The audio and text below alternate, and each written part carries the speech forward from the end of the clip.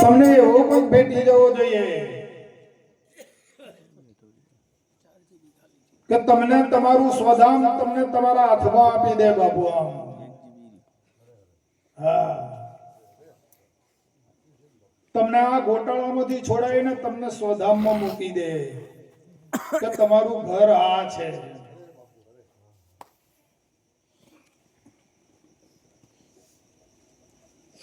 તું અહીંયાથી આમાં આવ્યો તો આ તારું સ્વધામ છે. તું અહીંયાથી આમાં આવ્યો છે અને પછી અહીંયાથી પાછો આમાં જતો તને નહીં આવડે.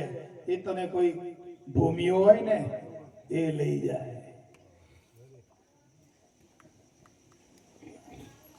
અને તે હાલ સદેહે આ કામ કરી લેવાનું છે. મુઆ પછી મોક્ષ માગે તો કાળા ઘરનો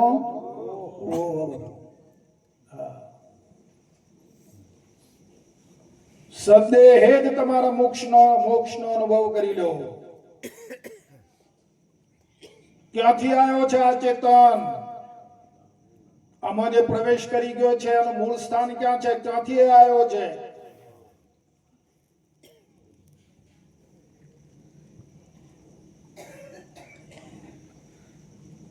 એ અનુભવ હાલ કરો.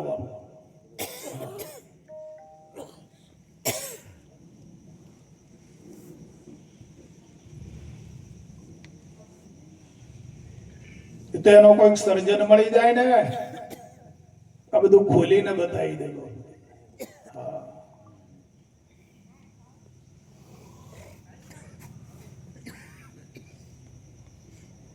આમ કરવાથી આમ થશે, આમ કરવાથી તેમ થશે, આટલું આમ કરી લઈશ તો આમ મળશે મને, હમણાં નહીં મળે તો આવતા જન્મમાં મળશે. આ બધી અંધશ્રદ્ધા છે વાલા.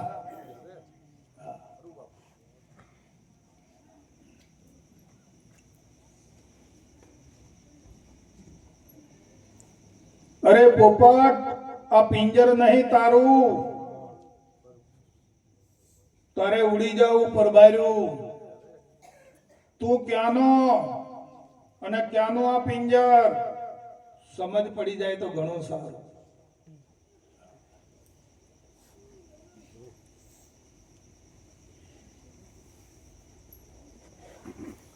જે અનુભવી હોય, પેલા શું કહેવાય, ઝવેરી હોય, હીરાના જે નિષ્ણાત હોય, એ જ હીરાનો ધંધો કરે કે બીજા કરવા બેસી જાય શાકભાજી વાળા? બોલો, કોણ હીરાનો ધંધો કોણ કરે?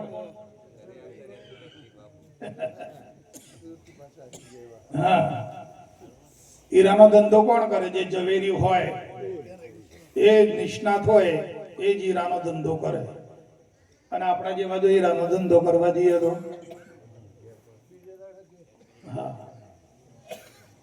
એટલે વાલા તત્વજ્ઞાનીઓનો સબ્જેક્ટ છે. તમને ગમે ના ગમે એના સાથે મારે કોઈ મતલબ નથી.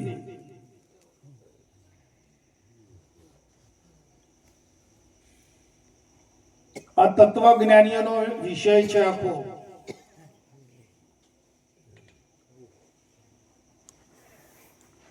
અને દરેકે શાસ્ત્રોએ આનું સમર્થન આપેલું છે આ વાતને.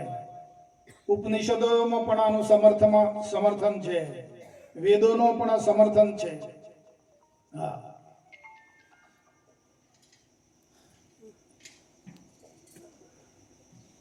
આપણે આપણા આત્માને ઓળખીને એનો અનુભવ કરીએ અને પછી જે આનંદ આવે, અને પછી તમે કોઈ પણ શાસ્ત્ર વાંચો કે કોઈ પણ ઉપનિષદ વાંચો તો તમને એ સપોર્ટ કરશે, મદદ કરશે તમને.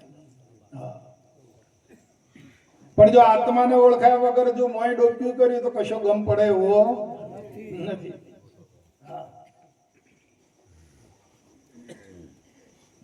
કળા કૂચી સદગુરુ તણીને લાગી હોય લગા.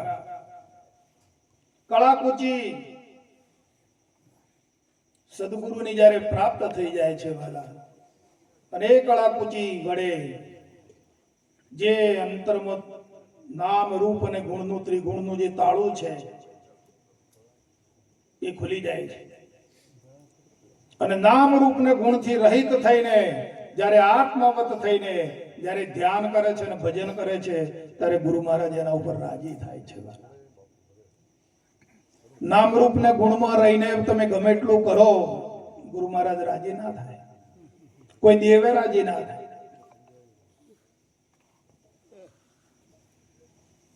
એટલે ગુરુગમ કુચી કર્મો લઈને ઉગાડ અજ્ઞાન તાળું, આજ્ઞા ચક્રની ઉપર જાતો ત્યાં થશે અજવાળું.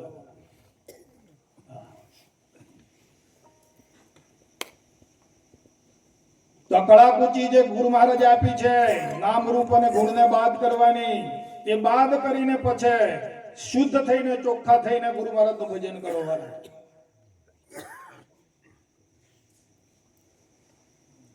અને અંતરમાં એવો નિશ્ચય થવો જોઈએ કે હવે મારે ગુરુ મહારાજના ભજન સિવાય, ગુરુ મહારાજના જ્ઞાન સિવાય, ગુરુ મહારાજની સેવા સિવાય હવે મારે કઈ જોઈતું.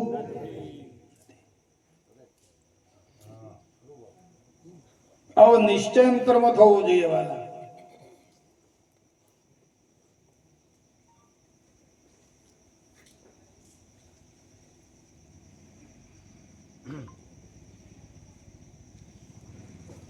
આ તો મળ્યું ધન, બાપાની કૃપાથી ધન પ્રાપ્ત થઈ ગયું છે વાલા, અખૂટ ધન પ્રાપ્ત થયું છે. મળ્યું ધન પણ જો મોજ ના માણી કહું કર્મને, કાં તો ભાગે બીજાનું બળ્યું ને કાં તો ખોટી કમાણી. બ્રહ્મ વડે જ આ લીલું પીળું છે. આંખ પણ બ્રહ્મ વડે આંખ જોવે છે, બ્રહ્મ વડે કાન સાંભળે છે, એની સત્તાથી. બ્રહ્મ વડે બધી જ કાર્યવાહી થઈ રહી છે.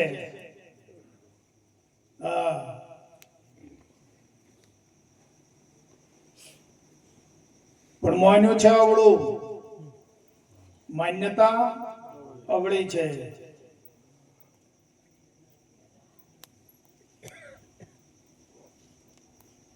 આપણે કોઈ પણ મોટી કાર્યવાહી કરવી હોય, આપણે કરવી હોય તો શબ્દ વગર થાય ખરી? તમે કરી જુઓ, ચલો હળો. તમારે કોઈ પણ કામ કરવું હોય તો શબ્દ વગર કરી શકો? કરી શકો?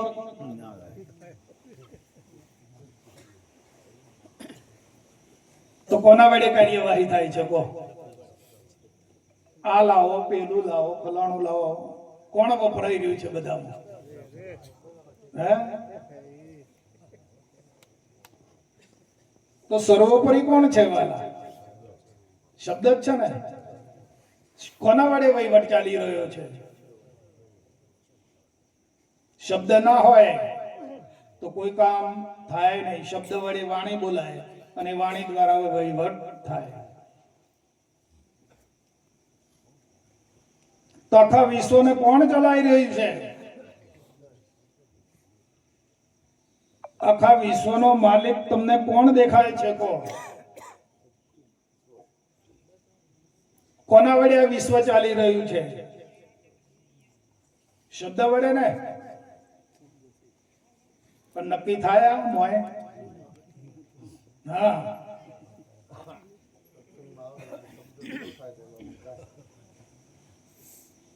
આ ગાડીઓ દોડે, બસો દોડે,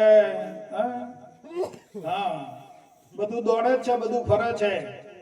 આ સૂર્ય ફરે ને, ચંદ્ર ફરે ને, તારાઓ ફરે, બધું તંત્ર ચાલી રહ્યું. કોના વડે ચાલી રહ્યું છે? શબ્દ વડે ચાલી રહ્યું છે.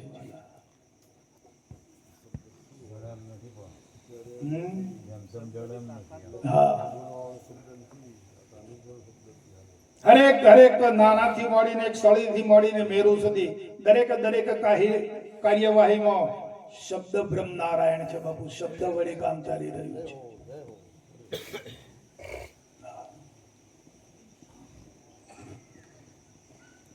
આ મનની અને પવનની ગતિ એક બાજુ છે, એક દિશામાં ચાલે છે.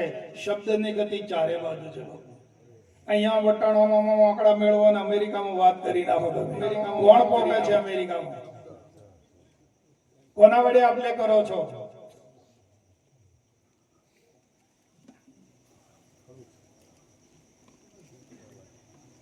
અને કેટલી વાર લાગે તમારે અહીંથી અમેરિકા વાત કરતા? વચમાં કોઈ આધાર નથી, કાંઈ નથી, આગળ તો સમુદ્ર ભરેલા છે.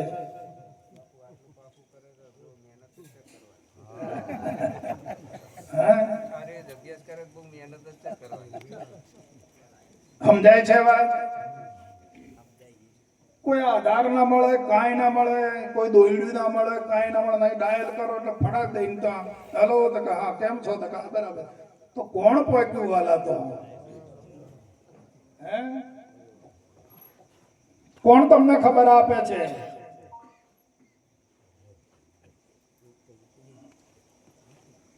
પણ આ તો શબ્દ કેવો શબ્દ તો સૌ કોઈ કહે, પણ આ તો શબ્દ વિદે જીભ્યા પર આવે નહીં, નિરખ પરખ કર લે બાપુ.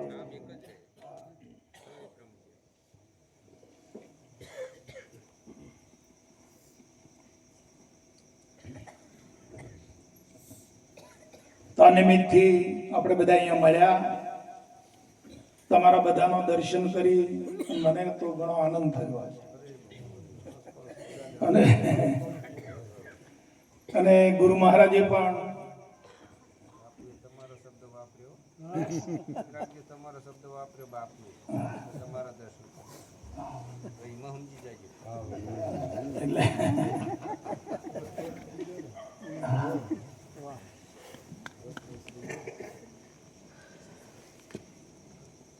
હું તું સર્વે દૂર થયું, હું તું સર્વે દૂર થયું, અને જાલી સદગુરુએ હોય દાસ નથું કહે ગરજીને, મુક્તિ સમજાવી મંદડાની માય.